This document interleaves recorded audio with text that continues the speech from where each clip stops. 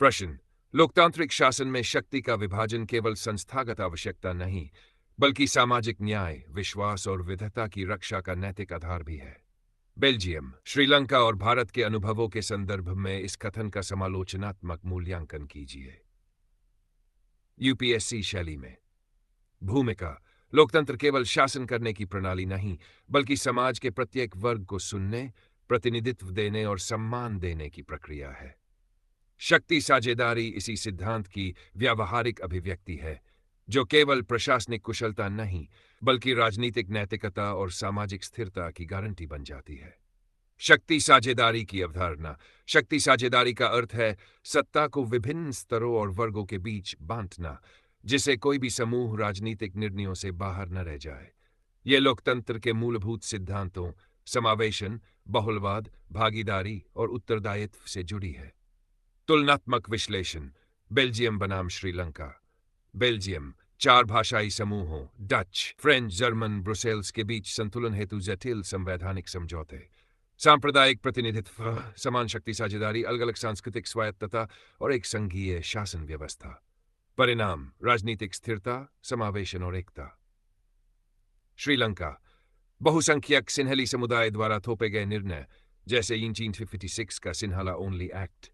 तमिलों के साथ भाषाई, सांस्कृतिक और राजनीतिक भेदभाव। परिणाम आंतरिक संघर्ष, गृह युद्ध, अस्थिरता। ये तुलनात्मक अध्ययन दिखाता है कि सत्ता का केंद्रीकरण समाज को विघटन की ओर ले जाता है, जबकि विकेंद्रीकरण से एकता को बल मिलता है। भारत का अनुभव। 1 क्षैतिज शक्ति साझेदारी, विधायिका, कार्यपालिका और न्यायपालिका के बीच शक्ति का पृथक्करण लोकतंत्र में संतुलन और उत्तरदायित्व सुनिश्चित करता है। 2 ऊर्ध्वाधर शक्ति विभाजन संघवाद, केंद्र, राज्य और स्थानीय निकायों के बीच सत्ता का बंटवारा, स्थानीय आकांक्षाओं को मान्यता और लोकतंत्र का गहन विस्तार। सामाजिक समूह आधारित साझेदारी, अनुसूचित जाति, जनजाति, महिलाओं आदि के लिए आरक्षण, राजनीतिक समावेशन और सामाजिक न्याय की दिशा में ठोस प्रयास। राजनीतिक साझेदारी, गठबंधन सरकारें, क्षेत्रीय दलों की भागीदारी, राजनीतिक बहुलता और प्रतिनिधित्व का उदाहरण। समालोचना। शक्ति साझेदारी जहां लोकतंत्र को गहरा बनाती है, वहीं कुछ चुनौतियां भी है। नीतिगत निर्णयों में विलंब, सामूहिक उत्तरदायित्व की अस्पष्टता, गठबंधन सरकारों में नीतिगत अस्थिरता, कुछ सामाजिक समूहों का अत्यधिक राजनीतिकरण। फिर भी लोकतंत्र में यह कीमत उस स्थिरता और न्याय के बदले छोटी है जो यह प्रणाली देती है। अच्छा नहीं निष्कर्ष, बल्कि लोकतंत्र की आत्मा है। यह न केवल शासन को उत्तरदायी और समावेशी बनाती है, बल्कि विविधता में एकता को वास्तविकता में बदलती है। बेल्जियम, श्रीलंका और भारत के अनुभव इस बात के जीवंत उदाहरण है कि जब सत्ता सभी को समान रूप से दी जाती है, तभी समाज टिकाऊ और न्यायपूर्ण बनता है। UPSC mains GS paper 2 style question, chapter 2 संघवाद। प्रश्न। संघवाद भारत के संविधान का मूल ढांचा ही नहीं, बल्कि उसकी विविधता में एकता बनाए रखने की जीवंत प्रणाली भी है। इस कथन की पुष्टि करें, साथ ही भारत में संघवाद के सफल संचालन हेतु अपनाए गए संवैधानिक एवं व्यावहारिक उपायों का विश्लेषण करें। भूमिका। भारत जैसे विशाल और विविधताओं से भरे राष्ट्र में शासन व्यवस्था का संघीय ढांचा केवल संवैधानिक आवश्यकता नहीं, बल्कि व्यावहारिक मजबूरी और राष्ट्रीय एकता की बुनियाद है। भारत ने संघवाद को एक लचीली, सहकारी और गतिशील प्रणाली के रूप में अपनाया है, जो समय के साथ विकसित होती रही है। भारत में संघवाद की संवैधानिक विशेषताएं थी। बिंदु 1 शक्ति का द्वैध विभाजन, ड्यूअल पॉलिटी, केंद्र और राज्य सरकारों के बीच स्पष्ट शक्तियों का वितरण, केंद्रीय सूची, राज्य सूची, समवर्ती सूची। संविधान की सर्वोच्चता। भारत का संघवाद संविधान में निहित है। अनुच्छेद 2 से 263 तक इसकी रूपरेखा दी गई है। 3 लिखित संविधान और न्यायिक पुनरावलोकन। विवाद की स्थिति में सर्वोच्च न्यायालय अंतिम निर्णायक होता है। राज्यों की संप्रभुता सीमित, केंद्र के पास अधिक अधिकार। भारत को कृत्रिम संघ, क्वाजी फेडरल भी कहा गया है। संघवाद के व्यावहारिक पहलू, एनसीईआरटी उदाहरण सहित।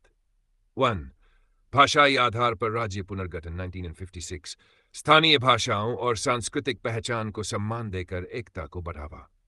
2 पंचायती राज व्यवस्था। संघवाद को स्थानीय स्तर तक विस्तारित किया गया, 3 स्तरीय शासन प्रणाली। वित्तीय संघवाद, वित्त आयोग की स्थापना, जीएसटी परिषद, एकीकृत कर प्रणाली का उदाहरण। सहकारी संघवाद, कोऑपरेटिव फेडरलिज्म, नीति आयोग का गठन, कोविड-19 जैसे संकट में केंद्र राज्य सहयोग, डिजिटलीकरण, टीकाकरण, जल जीवन मिशन संघवाद की चुनौती के अनुसार। 1. अनुच्छेद 356 का दुरुपयोग, राज्य सरकारों को बर्खास्त करने की प्रवृत्ति, विशेषकर 1980 के दशक में। राज्यपालों की विवादास्पद भूमिका, केंद्र के प्रति जवाबदेही होने से राज्यों के हित प्रभावित होते हैं। वित्तीय संसाधनों की असमानता, केंद्र के पास अधिक संसाधन, राज्यों की निर्भरता बनी रहती है। नवीन प्रवृत्तियां, क्षेत्रीय दलों का सशक्त होना, गठबंधन सरकारों में राज्यों की भूमिका बढ़ना, सहकारी संघवाद से आगे बढ़कर प्रतिस्पर्धी संघवाद। यह न केवल स्थानीय आकांक्षाओं को सम्मान देता है, बल्कि पूरे राष्ट्र को एक साथ जोड़ने वाली प्रणाली के रूप में कार्य करता है। संवैधानिक ढांचे और व्यावहारिक सहयोग के समन्वय से भारत ने संघवाद को केवल।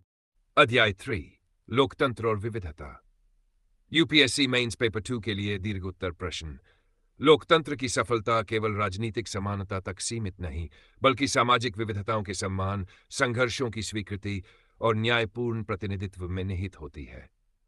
अमेरिका के नागरिक अधिकार आंदोलन और भारत जैसे विविधतापूर्ण समाजों के अनुभवों के आधार पर लोकतंत्र और विविधता के संबंधों की विवेचना कीजिए।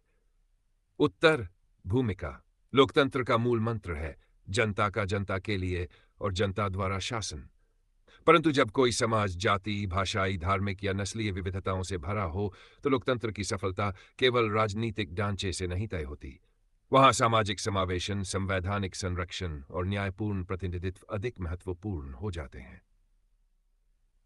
अमेरिका का अनुभव, संघर्ष, असमानता और आत्मसशक्तिकरण। अफ्रो अमेरिकी लोगों की पृष्ठभूमि। 17वीं से 19वीं सदी की शुरुआत तक लाखों अफ्रीकी मूल के लोगों को अमेरिका में गुलाम बनाया गया।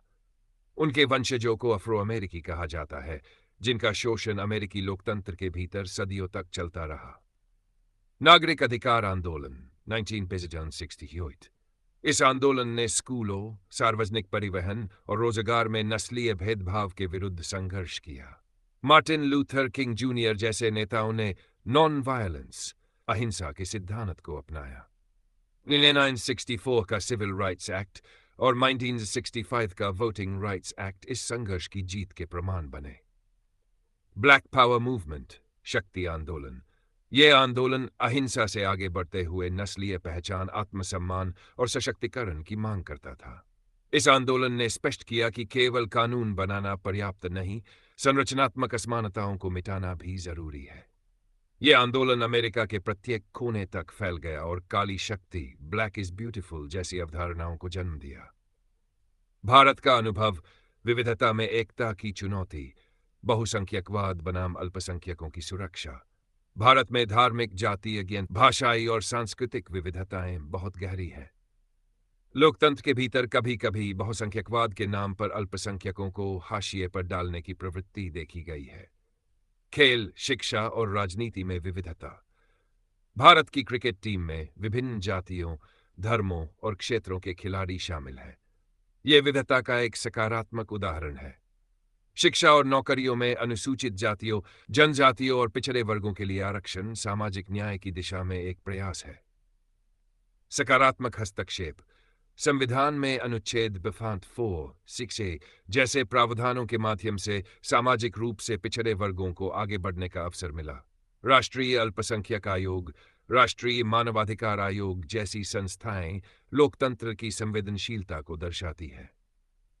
लोकतंत्र और विविधता के बीच संतुलन की आवश्यकता। 1. राजनीतिक समानता आवश्यक है, लेकिन सांस्कृतिक और सामाजिक पहचान को स्वीकार करना भी उतना ही महत्वपूर्ण है। केवल बहुमत से चुनी गई सरकार लोकतांत्रिक नहीं होती, हर समूह की भागीदारी और गरिमा की रक्षा भी आवश्यक है। 3. संवैधानिक नैतिकता, सामाजिक संवाद और न्याय का सिद्धांत ये लोकतंत्र को विविधता के साथ सास्तित्व में सक्षम बनाते हैं। निष्कर्ष, लोकतंत्र एक स्थिर ढांचा नहीं, बल्कि एक जीवंत प्रक्रिया है। अमेरिका में अफ्रो अमेरिकी लोगों का संघर्ष और भारत में जातिगत व धार्मिक विविधताओं के बीच लोकतंत्र का प्रयोग ये सिद्ध करते हैं कि विविधता में समावेशन और संघर्ष में संवाद ही लोकतंत्र की असली कसौटी है। धन्यवाद। अगर आपको ये उत्तर उपयोगी लगे तो कृपया इसे दोहराएं और अपने शब्दों में समझने की लोकतंत्र में जाति, धर्म और लिंग आधारित असमानताएं केवल सामाजिक प्रश्न नहीं, बल्कि लोकतांत्रिक मूल्यों की गंभीर परीक्षा है। इस कथन के आलोक में चर्चा कीजिए और बताएं कि किस प्रकार संवैधानिक प्रावधान, नीतिगत प्रयास तथा सामाजिक जागरूकता इन असमानताओं को दूर करने में सहायक सिद्ध हो सकते हैं। उत्तर: भारतीय लोकतंत्र का आधार समता, स्वतंत्रता और बंधुत्व जैसे मूल्य है, लेकिन व्यवहार में जाति, धर्म और लिंग के आधार पर गहरी असमानताएं मौजूद है, जो न केवल सामाजिक न्याय को चुनौती देती है, बल्कि लोकतांत्रिक व्यवस्था की साख को भी प्रभावित करती है। जातिगत असमानताएं: भारतीय समाज की संरचना लंबे समय तक जातिगत श्रेणियों पर आधारित रही है।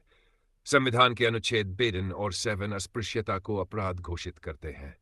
फिर भी आज भी अनुसूचित जातियों के साथ भेदभाव, सामाजिक बहिष्कार और हिंसा जैसी घटनाएं होती हैं। जाति आधारित राजनीति आज भी गहरी पैठ बनाए हुए है, जिससे लोकतांत्रिक प्रतिनिधित्व सीमित हो सकता है। सामाजिक आंदोलन जैसे दलित आंदोलन ने इन मुद्दों को उठाया, परंतु व्यापक सामाजिक मानसिकता में परिवर्तन अपेक्षित है। धार्मिक असमानताएं: भारत की धार्मिक विविधता लोकतंत्र की एक विशेषता है, लेकिन इसका प्रयोग अक्सर राजनीतिक ध्रुवीकरण के लिए किया जाता है। सांप्रदायिकता की घटनाएं, घृणा, अपराध लोकतांत्रिक समरसता को नुकसान पहुंचाती है। संविधान के अनुच्छेद 5 धार्मिक स्वतंत्रता की गारंटी देते हैं, लेकिन व्यवहार में अल्पसंख्यकों के साथ पक्षपात की घटनाएं सामने आती हैं। धार्मिक पहचान के आधार पर मतदाताओं को संगठित करना एक गंभीर चिंता का विषय है। 2011 की जनगणना के अनुसार हिंदू लगभग 79.8%, मुस्लिम 4.2%, ईसाई 2.3%, सिख 1.7%, बौद्ध, जैन 0.4%। ये आंकड़े दिखाते हैं कि भारत धार्मिक रूप से अत्यंत विविध है, इसलिए लोकतंत्र को निष्पक्ष और समावेशी होना चाहिए। लैंगिक असमानताएं: महिलाओं को संवैधानिक समानता प्राप्त है, लेकिन कई क्षेत्रों में वे अब भी वंचित है। साक्षरता दर: पुरुष 82.14%, महिला 63.4 से 6%। लिंगानुपात: प्रति 3000 पुरुषों पर केवल 909 महिलाएं। कुछ क्षेत्रों में यह अनुपात 860 या 68 तक गिर चुका है। राजनीतिक प्रतिनिधित्व: 2019 में पहली बार लोकसभा में महिला सांसदों की संख्या 4.36% तक पहुंची। राज्य विधानसभाओं में यह प्रतिशत और भी कम है।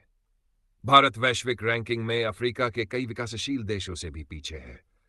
हालांकि पंचायत और नगर निकायों में 1.5 लाख से अधिक निर्वाचित महिलाएं हैं, जहां 1/3 सीटें आरक्षित की गई है। संवैधानिक समाधान और सामाजिक प्रयास: आरक्षण नीति, ST-OBC प्रतिनिधित्व बढ़ाने का प्रयास।